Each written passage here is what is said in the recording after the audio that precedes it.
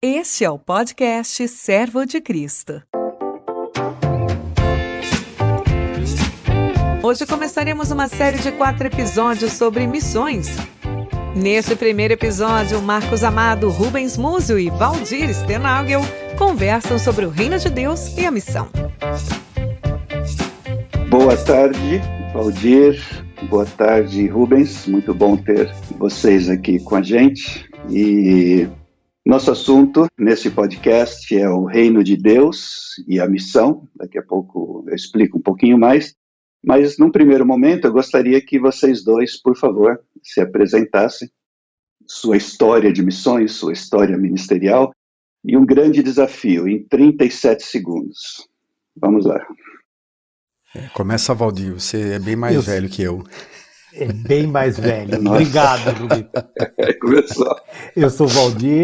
Eu sou Valdir Sternagel, eu sou pastor da Igreja Luterana.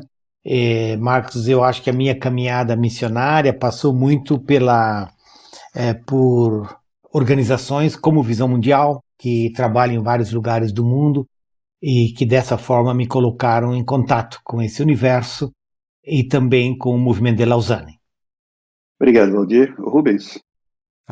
Olá, gente. Meu nome é Rubens Múzio. Eu estou aqui em Londrina, sou professor da FTSA, Faculdade Teológica Sul-Americana, missionário da CEPAL também, já há mais de 20 anos. Eu acho que a minha caminhada mais voltada para a missão começou quando eu deixei o ministério pastoral lá do interior de São Paulo e fui fazer um projeto bem assim multicultural em Toronto. Isso já há 20 e poucos anos atrás. Então, trabalhando com modelos assim bem diferentes, de modelos urbanos, missão urbana mesmo, né? Ótimo, ok, muito obrigado, Rubens. E aproveitando então o embalo, quando vocês dois pensam em missões ou missão, se vocês fossem dar uma definição sucinta, como é que vocês fariam isso? Como vocês definiriam a missão? Marcos, eu tenho aqui diante de mim uma folha, eu ainda uso folha, sabe? Com várias definições de missão, né? Eu tenho trabalhado muito com uma definição que é do John Stott, que a missão é tudo aquilo que a igreja foi enviada a fazer no mundo. A missão é tudo aquilo que a igreja foi enviada a fazer no mundo. Legal. Eu gosto muito da palavra enviado também, né? Que é esse conceito do apostoléu, né? Do grego. A igreja foi enviada da mesma forma que Jesus foi enviado pelo Pai. O Pai me enviou, eu vos envio, né? Então, esse lado que faz parte da própria identidade do nosso ser, né? Igreja, ser gente, ser cristão, a gente foi enviado. Então isso não é um departamento, não é apenas você mandar um missionário lá para o interior da África, mas é algo que faz parte da nossa própria identidade. Nós somos pessoas enviadas com propósitos muito claros, né? Então eu gosto também desse lado apostólico da missão. Agora, se nós mantemos e continuamos fazendo ênfase nesse lado do envio, vocês acham que isso pode trazer certas implicações negativas para o entendimento da missão? Implicações negativas? Bom, o Rubens, a gente não sabe o que está passando na cabeça do Marcos, né, quando ele está falando sobre isso, né? Eu não sei se é pegadinha. Será que é pegadinha, Valdir? Agora estou na dúvida. Pois é, né? Ele não fez nenhum sinal para a gente. Posso explicar um pouco? Isso ajudaria. Quando nós falamos, geralmente aqui no Brasil, quando nós falamos sobre a missão, é quase que automático que uma boa parte dos evangélicos brasileiros pensariam no envio no sentido de missão transcultural.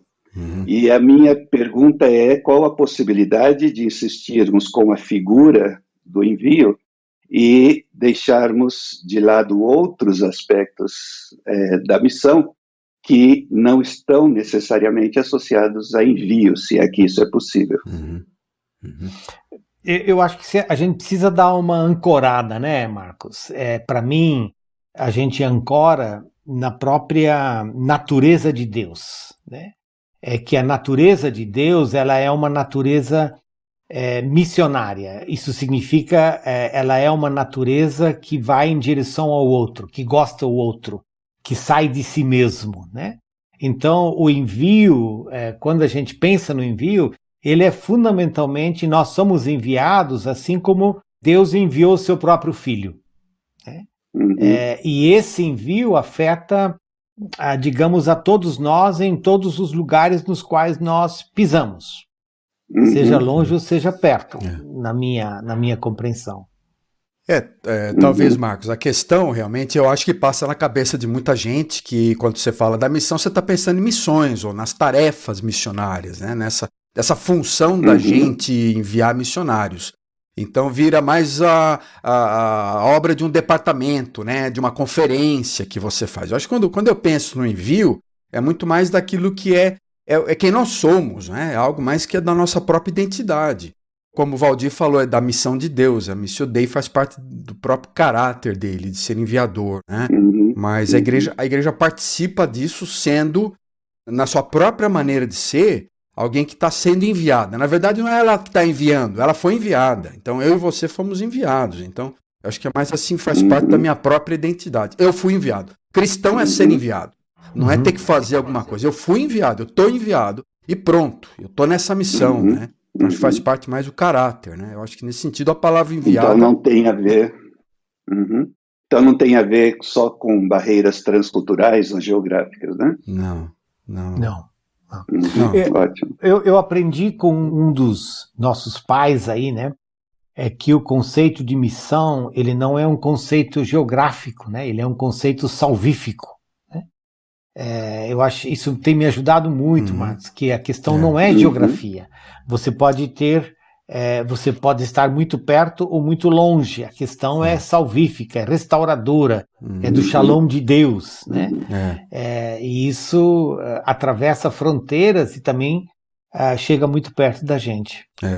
Na verdade, Marco, eu acho que foi marcante para mim o fato de ter ido trabalhar numa cidade num campo missionário. Fui trabalhar em Toronto, por exemplo, há anos atrás, e aí essa ideia de que o que eu estava fazendo era ser um missionário. Isso encarnou em mim, Marcos, eu vou ser sincero, e eu tenho passado isso para muitos dos líderes aí, pastores aqui no seminário e nos cursos, que eu tenho que pensar missionariamente o trabalho, tenho que parar de pensar como gerente, tenho que parar de pensar como empresário, eu não estou aí para pensar como um profissional, eu tenho que pensar como missionário na cidade, né? Eu acho que o próprio movimento missional tem ajudado bastante a gente desde Nubigin, né? Essa ideia de que você está na cidade, você pensa o contexto, você pensa o seu bairro como o seu campo missionário também. Então não é do outro lado do mar, né? Não é lá do outro lado da África, mas é aqui, na comunidade. Então você tem que pensar missionariamente. Eu acho que esse é um conceito importante para mim. Ok, legal, muito bom. Bom, com essa introdução, então, deixa eu perguntar para vocês. Quando nós estamos pensando na missão e sobre tudo que a missão envolve para nós cristãos, me chama muito a atenção que muitas vezes nós vemos cursos sendo dados sobre missões que praticamente não tocam no tema o reino de Deus. E a ênfase que Jesus dá nos evangelhos, acho que principalmente em Mateus, sobre a questão do reino de Deus, o reino do céu, é muito forte, né? E isso a gente consegue perceber muito facilmente. Na opinião de vocês, quais são, primeiramente, as implicações de nós falarmos sobre a missão sem entendermos corretamente o conceito de reino de Deus? Eu vou ter que falar primeiro sempre aqui, não, né? Primeiro os mais velhos, Valdir, não tem jeito. Eu vou ficar te esperando. Eu vou ficar te esperando aqui para toda pergunta. Primeiramente os mais sábios. Porque eu acho que, de novo, né, Marcos, a gente está falando de uma coisa muito importante aqui, né? Porque a missão em si, nós somos enviados, né? Como nós começamos essa conversa, mas nós não somos enviados de mãos vazias, né? Nós não somos enviados em nosso próprio nome, nós não temos nada, né? Tudo que nós temos nos foi dado, tudo que nós temos nos foi revelado. Então, Eu acho que uma das grandes tentações, digamos assim, da missão da igreja, das missões, se a gente quiser usar essa palavra, é a gente se iludir, se enganar de que a gente é autônomo, né? E de que a gente pode, sassaricar diferentes coisas do evangelho segundo o nosso agrado. E eu acho que a gente precisa dizer não. A missão não é nossa, a missão é de Deus, né? E essa missão de Deus, ela é uma missão que tem a marca de Deus, que tem o caráter de Deus, que tem a identidade de Deus, que tem a expressão de Deus, que tem a imagem de Deus. Nossa, quantas palavras, né? E que isso, na linguagem de Jesus, é reino de Deus, né? É esse reino de Deus que chega, que se encarna, né? Entre nós. Então a missão nossa é o encontro desse Deus que vem para conversar, para se encarnar na realidade as mais diferentes nas quais nós vivemos. E isso é uma das coisas muito ricas. Então uma missão que não fala de reino de Deus, ou ela é muito pobre e ela é enganosa, se ela é uma missão que quer ser cristã, não é? Eu concordo com o Valdir. Eu acho que qualquer ideia de igreja, de missão, sem o reino de Deus estar no centro desse conceito é deficiente, é incorreto, é complicadíssimo, né? Porque a igreja ela tem que estar subordinada ao reino. Acho que essa questão é complicada hoje, Marcos, que é essa relação igreja-reino. Primeiro porque a gente fala muito pouco do reino, né? Você pensa aí, nos últimos 20 anos, quantos sermões você ouviu em que o preletor, o pregador, se dedicou mesmo a falar sobre o reino de Deus, a explicar sobre esse senhorio de Cristo sobre todas as coisas, né? Então, raramente a gente ou fala muito da igreja, das suas funções, dos seus modelos, dos seus ministérios, mas sem esse tema central do reino, que era central nos evangelhos, sem dúvida, né? No ensino de Jesus. Você percebe que é central, né? Os cegos vêm, aí o reino está aí, os coxos andam, o reino está presente, os leprosos são purificados, o reino está aí. Então, ele expulsa demônio e fala que é o reino. Então, esse tema é central para Jesus e não me parece um tema central na igreja. E, portanto, aí vem uma missão também deficiente, né? Por causa disso.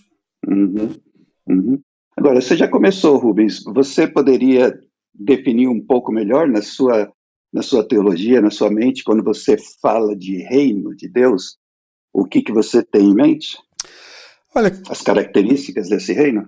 Tá, então venha o teu reino, seja feita a tua vontade. Eu acho que a primeira passagem que me vem à cabeça, o reino chegou, o reino está presente, é justamente esse aumento do domínio de Jesus sobre todas as coisas. Esse senhorio que Cristo tem sobre todas as esferas, e ele começa na verdade, a vida cristã é esse justamente aumento do senhorio, da presença de Jesus em nós, sobre a nossa vontade. E o aumento do domínio dele, do senhorio de Jesus, sobre a natureza, sobre as esferas, sobre o mundo ao nosso redor. Então, para mim, eu acho que esse tema é o primeiro tema que me vem à cabeça, esse domínio de Jesus. Ele é a plenitude de todas as coisas, ele é o primogênito da criação, ele enche todas as coisas, e ele, então, quando a gente fala do reino, quer dizer, Jesus está presente, ele é Senhor, né? Eu acho que essa é a primeira ideia que me vem quando eu penso no reino. Mas, Valdir, essas características que o Rubens acabou de dar, para alguns evangélicos, se você falar isso, uma das respostas vai ser, então, isso é um posicionamento, é uma questão escatológica, isso vai acontecer, mas não tem nada a ver com não tem nada a ver com a missão aqui hoje e não afeta a maneira de eu estar proclamando ou sendo testemunha de Jesus. Como é que você responderia isso? Eu acho que uma das coisas para mim que tem sido muito importantes, Marcos, é que a gente, quando fala da missão da igreja, a gente precisa voltar para os evangelhos, a gente precisa voltar para Jesus. Eu acho que muitas vezes na história, digamos, missionária recente, né, a gente acabou lendo pouco os evangelhos. Não só ler Mateus 28, mas ler todos os evangelhos, né? E porque nesse sentido, os evangelhos é que vão mostrar para nós o roteiro, o caminho, as marcas da missão, porque elas precisam ser caminhos enraizados e marcas enraizadas em Jesus. E eu acho que uma das coisas que Jesus deixou muito claro foi de que o reino de Deus, ela não é apenas uma categoria futurística, escatológica, mas ela é uma categoria encarnacional, né? É dizer, o reino de Deus é chegado. E Jesus, nesse sentido, é a expressão do reino de Deus. Então, para nós, é fundamental a gente dizer, puxa, mas se Jesus disse isso, como é que foi isso? Como é que ele transformou isso em realidade? Porque não existe uma fé cristã que tenha apenas um endereço futuro. Eu gosto muito de uma expressão do Eugene Peterson, quando ele diz que nada do que Deus faz não tem endereço. As coisas que Jesus fazia tinha endereço. E a gente precisa recuperar esses endereços para que a gente possa fazer missão nos nossos endereços como ele o fazia. Então eu vou pedir para o Rubens interpretar o que o Valdir acabou de dizer também. E eu vou sugerir, inclusive. Fala. O Valdir está, então, dizendo que nós somos, pelo menos em parte, responsáveis por estabelecer o reino de Deus na Terra? Então, eu acho que o que acontece é esse paradoxo que nós temos dificuldade, às vezes, de entender, que o reino já chegou, o reino ainda não está totalmente aqui estabelecido, mas ele já chegou. O reino já chegou, já está entre nós.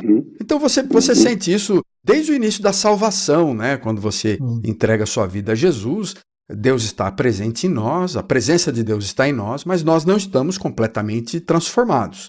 Mas nós já somos filhos, nós já somos salvos, nós já fomos perdoados, mas nós continuamos pecadores, continuamos falhos, continuamos em vários níveis bastardos ainda, mas somos filhos. Então a gente tem que conviver com paradoxos, a gente tem que acostumar a conviver com esse paradoxo. O reino chegou, está aqui entre nós, a gente já aceita os valores dele e a gente está sendo convidado a viver esses valores. O reino lá vai ter justiça plena, ninguém vai mais ser injusto, vai ter igualdade para todos, não vai ter violência, mas aqui a gente já aplica isso. Eu gosto daquilo que o Newbigin fala de aperitivo, né?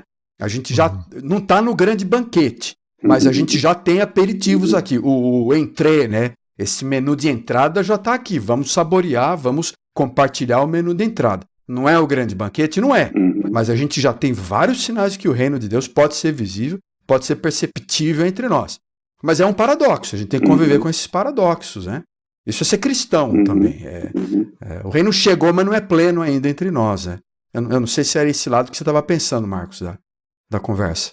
Não, eu quero saber o que o Valdir estava pensando, não eu. Por isso que... Valdir, você tem direito à tréplica, vai. Não, a gente tem, né, assim, a gente sempre precisa de linguagem, né, de palavras que ajudem a gente a expressar, né, aquilo que a gente gostaria, que a gente entende a partir dos evangelhos.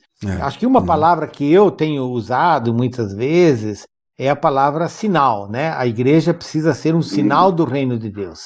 E a igreja é o sinal por excelência do reino de Deus. Não é o único, nem o sinal absoluto do reino de Deus, mas a igreja nós somos um sinal do reino de Deus. A pergunta fundamental também para mim é quais são algumas das marcas dessa sinalização, né? E como a gente identifica isso em Jesus e passa isso para a gente na vivência da igreja hoje, né? Eu acho que talvez um problema que o Valdir está levantando, que eu acho que é importante a gente notar, que muitas igrejas não modelam seus modelos no Evangelho, não modelam seus modelos em Cristo. A gente tem várias tendências em termos de modelos eclesiais para que são muito mais modelos empresariais, modelos neoliberais, modelos contemporâneos, não estão no Evangelho. Se tem uma coisa que a gente precisa fazer em termos de missiologia, é ser mais cristológico, né? Ser mais cristocêntrico. Eu acho que esse é um negócio importante. A gente vai ter que, inclusive, aproveitar esse momento aí de pandemia, pós-pandemia, para rever.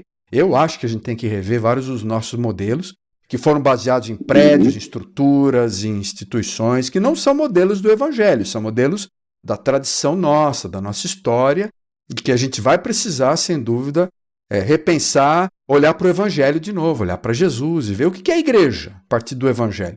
É óbvio que não é o prédio. É claro que a igreja continua, ela sobrevive sem o prédio. Mas o que é a igreja, então? Então, eu acho que nesse sentido a gente precisa pensar mais no modelos cristocêntricos, modelos baseados no Evangelho. Ok. Então vamos começar a destrinchar um pouco alguns desses pontos. Valdir, você falou sobre sinalizações. Você poderia nos dar alguns exemplos? Quando a gente fala, né, que a presença, que nada do que Deus faz não tem endereço, como eu estava falando antes, né, eu acho que a gente precisa dar um segundo passo e dizer, mas então qual era o endereço de Jesus, né? E como que a gente observa esse movimento de Jesus? E aí os evangelhos, eles são muito ricos, né, em nos mostrar esse Jesus saindo do deserto e assumindo a sua missão, né? Quando um livro que o Pagola é alguém que tem escrito sobre Jesus, né? Ele diz que quando Jesus saiu do deserto e foi para assumir a missão dele, ele veio com fogo nos olhos, né? Porque ele veio com essa coisa, a missão que Deus lhe deu. Então acho que essa é uma das coisas muito importantes, a missão que Deus lhe deu. A missão não é o que nós temos por nós, pelas nossas estratégias, mas a missão é aquilo que Deus nos deu. A segunda coisa, eu diria assim, mas essa missão que Deus nos deu, como ela aterriza?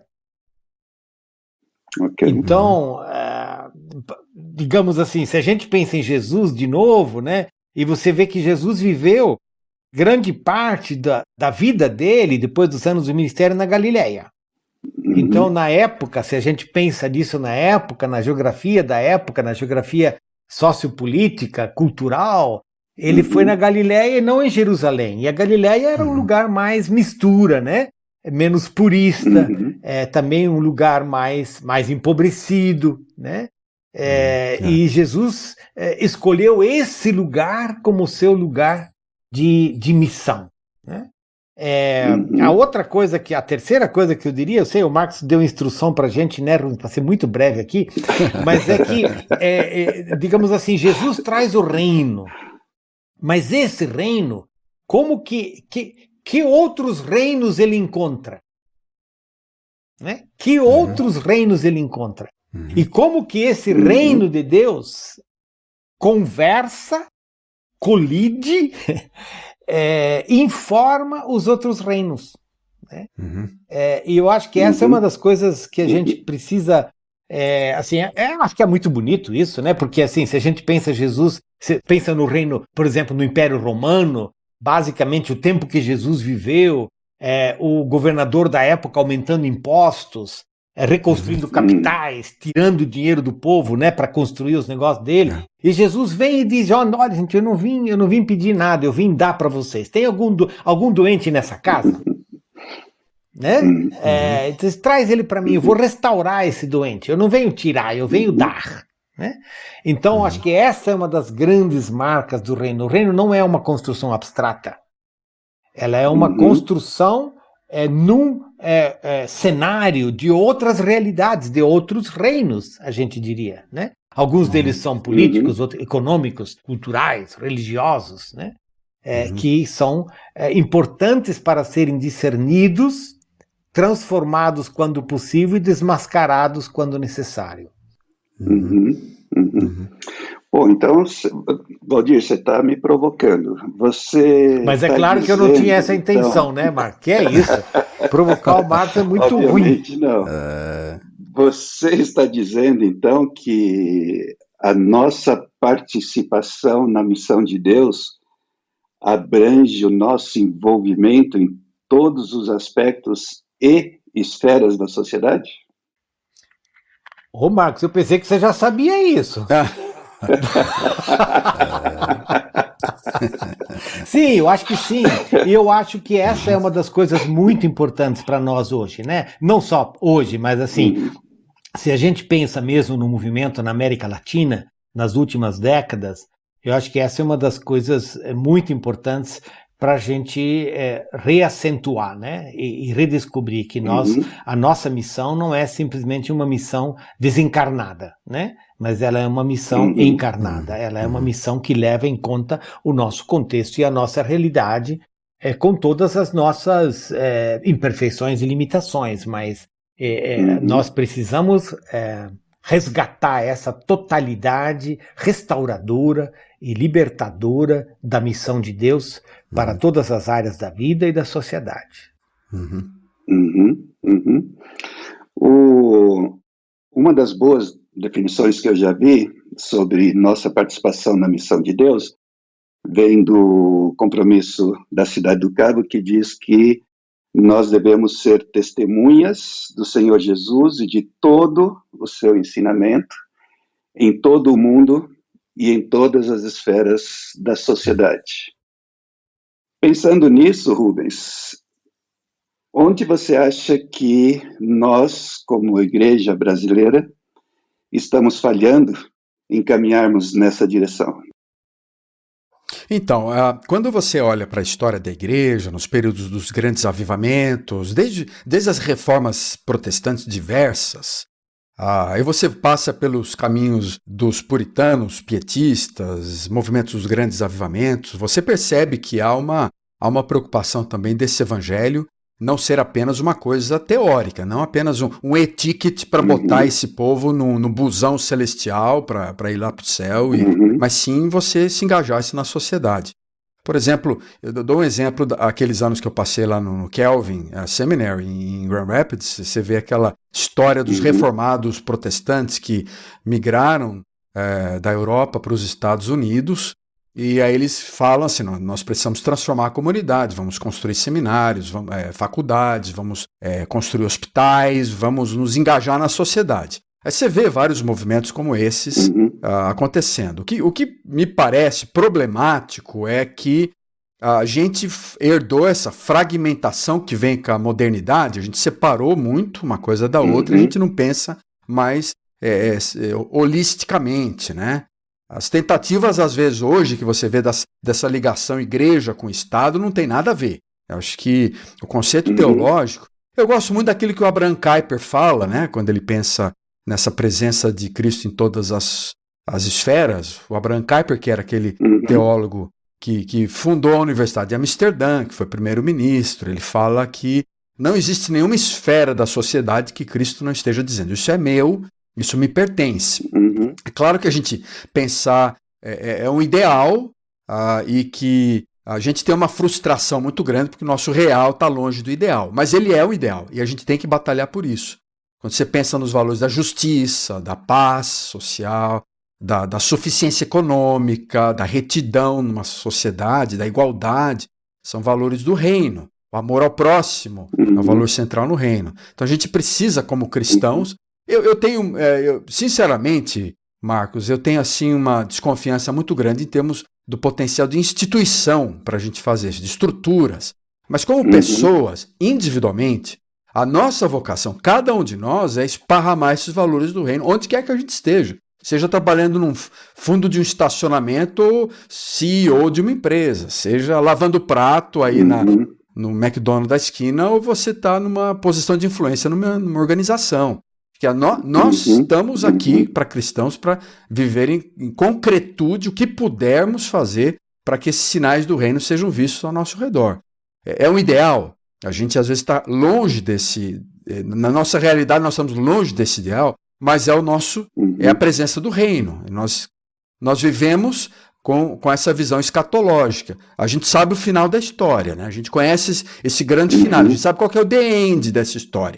Então a gente começa a viver e a gente precisa incentivar nossa turma, os nossos cristãos, esse pessoal que se chama cristão, a viver esse cristianismo no dia a dia. E não apenas pensar em ir para o céu, né? E que o mundo se lasque, e que a natureza se acabe, e que as florestas sejam destruídas, que acabe...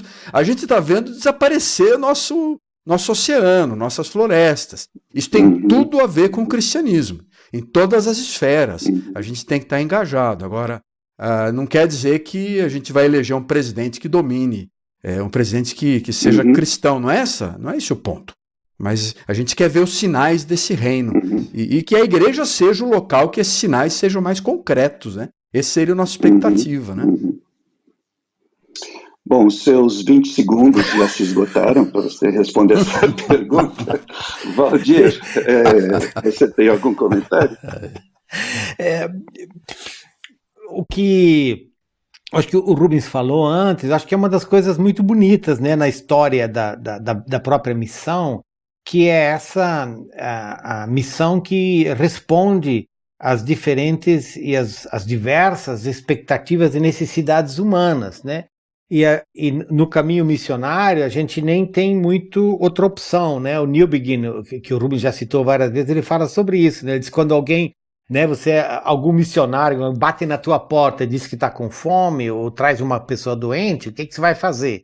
Né? Você vai ajudar, você vai responder. E na história das missões, nós temos muita coisa a aprender, né? Eu até hoje, né, quando eu fui estudar um pouco essa coisa da história das missões, vendo que muitas vezes junto com o missionário ia o médico, a enfermeira, o enfermeiro, né, a médica, o técnico agrícola, né, que era justamente esse esforço, certamente, né, o professor, a professora, nesse esforço de termos essa missão que compreende as várias áreas da vida humana, né.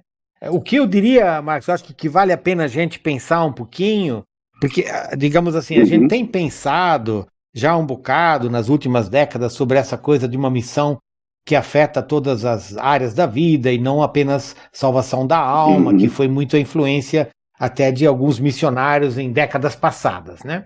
Mas eu acho que o que a gente precisa pensar um pouquinho mais é o impacto da teologia da prosperidade na compreensão da missão.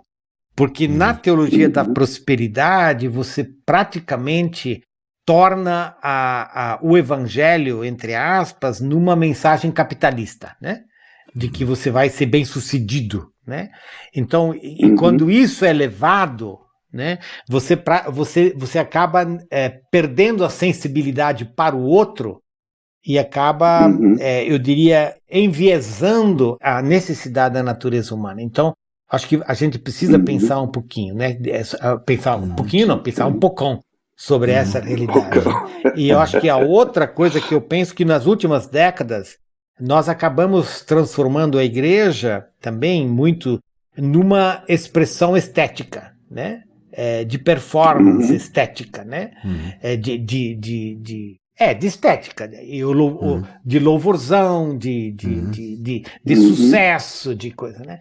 E essa coisa, ela, digamos assim, ela é trágica, digamos, para uma teologia da missão que tenta seguir a Jesus. Então, acho que a gente precisa desconstruir algumas coisas nesse universo aí, me parece, né? E eu acho que a pandemia ajudou a gente a ver o quanto nós estávamos dependentes dessa performance, né, que tem a ver com o processo também de institucionalização que o Rubens já falou, né?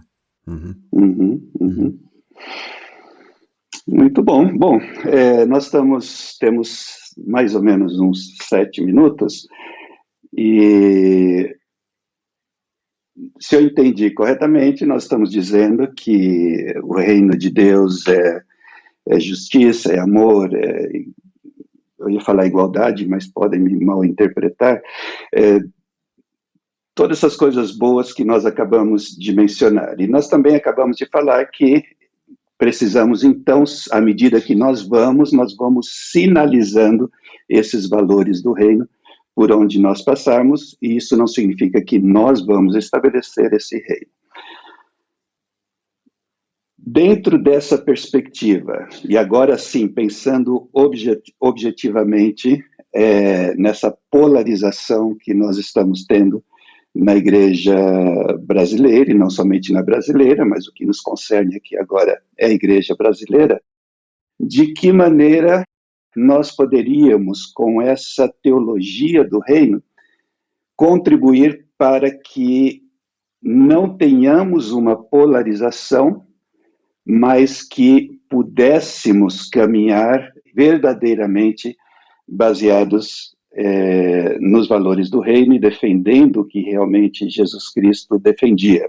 Alguém disse que Jesus veio e combateu todas as formas de maldades, e às vezes e que nós devemos fazer o mesmo. E às vezes, quando eu falo isso em sala de aula, muitos alunos se levantam contra uma afirmação como essa, o que já mostra a nossa polarização. Mas de que maneira, então, vocês acham que essa teologia do reino pode contribuir para um apaziguamento da situação em que nós estamos vivendo?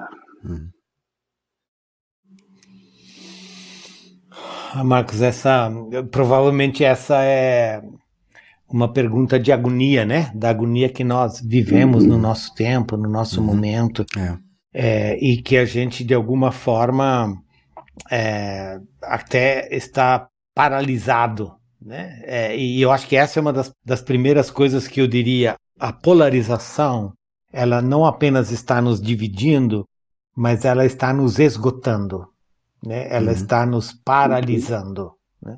Eu acho que esse é um grande momento para uma chamada, digamos assim, para uma retomada da voz profética da igreja, né? Nós precisamos voltar aos evangelhos, né? E descobrir no evangelho o quanto ele é uma boa nova, que não se presta para ser transformada em instrumento ideológico de polarização social. Mas o quanto o evangelho, ele é o evangelho do eterno, que está muito além dessa nossa confusão ideológica, mas também o quanto ele rompe essa polarização ideológica, né? Marcos, a mim, para falar a verdade, acho que me assusta o quão pouco a nossa igreja evangélica, ela é uma igreja evangélica, né? Ou seja, ela é uma igreja embebida do evangelho de Jesus. Ela é uma igreja que sonha o reino de Deus. Ela é uma igreja cativa da Boa Nova. Ela é uma igreja cativa do amor de Deus, né? E de o quanto esse amor de Deus, né, ele realmente precisa ser a força motivacional e operacional de todos nós. Você citou o compromisso da Cidade do Cabo, e a primeira parte do compromisso da Cidade do Cabo fala um pouco disso, né? Nós amamos o Deus que nos amou primeiro, e nós amamos o mundo que Deus amou, né? Nós amamos porque Deus nos amou primeiro. Então, eu acho que essa mensagem nós precisamos resgatar, com todas as suas dimensões de construção, mas também de desconstrução, né? Ok, muito obrigado. Rubens? A polarização também tem me entristecido muito, como vocês, com certeza, né? E quando eu penso, me vem muito à cabeça o movimento do Martin Luther King. Esse, para mim, é um homem que representa o profeta do século XX. Quando você lê algumas das coisas, não apenas dele, mas de seguidores e outros pensadores que vieram daquele momento, você percebe que eles estavam interessados no amor. O amor era um tema central, né? Para mim, eu tenho pensado muito nesse propósito do Evangelho como sendo amar ao próximo. E que esse deveria ser o nosso balizador para as relações. Estamos amando, não apenas Mateus 28, mas Mateus 25, né? Mateus 25 é interessante, que é um texto que a gente quase não fala, né? Do grande julgamento baseado nas obras. Parece mesmo salvação pelas obras. Se você lê o texto lá, parece que você está sendo salvo pelas obras. Você deu um copo de água para alguém e aí essa pessoa representa Jesus. Se você não deu o copo, não visitou, não esteve servindo, você não vai ser salvo, né? Eu acho que a gente tem que fazer uma releitura de Mateus 25 em ligação a Mateus 28, né? Mas esse tema do amor me parece o ponto principal, inicial, para a gente começar a analisar essa polarização. O segundo grande ponto é o ministério da reconciliação, também Paulo, teologia paulina, desse ministério que reconcilia gente, raças, castas. A gente está vivendo no meio de tribos e castas hoje. E elas estão dentro da nossa família, dos nossos próprios grupos de WhatsApp, dos nossos parentes. E eles se dividiram em castas. A gente precisa voltar para esse ministério de reconciliação, que não é nenhum nem outro, não é nem preto nem branco, mas há várias tonalidades de cinza entre um e outro. A gente não tem só duas respostas, a gente vai ter que encontrar terceiras, quartas, quintas vias aí em várias situações. Isso vai precisar de um momento assim de aceitar a diversidade, complexidade. A gente precisa estar mais tranquilo com isso. Não dá para ser igual. Essa coisa de uniformidade não existe. A gente vive num mundo diverso, a gente tem que cultivar essa diversidade com mais humildade, né? Eu acho que essas virtudes aí que desapareceram da igreja, né? Agostinho falava que humildade era a grande virtude, né? A segunda grande virtude para ele era humildade. Terceira grande virtude para Agostinho era humildade também. Acho que a gente vai ter que começar a pensar o que significa isso para nós hoje, né? Então eu iria por aí, a partir desses princípios do amor, da reconciliação, da diversidade, da humildade, como sendo o início da nossa conversa. Remédios para esse grande mal, essa grande infecção da polarização, né? Tá.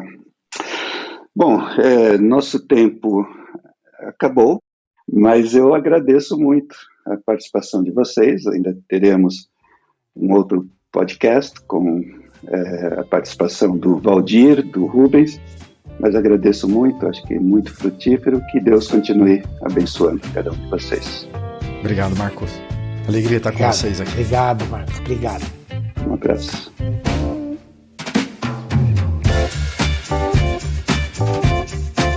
Você escutou o podcast Servo de Cristo.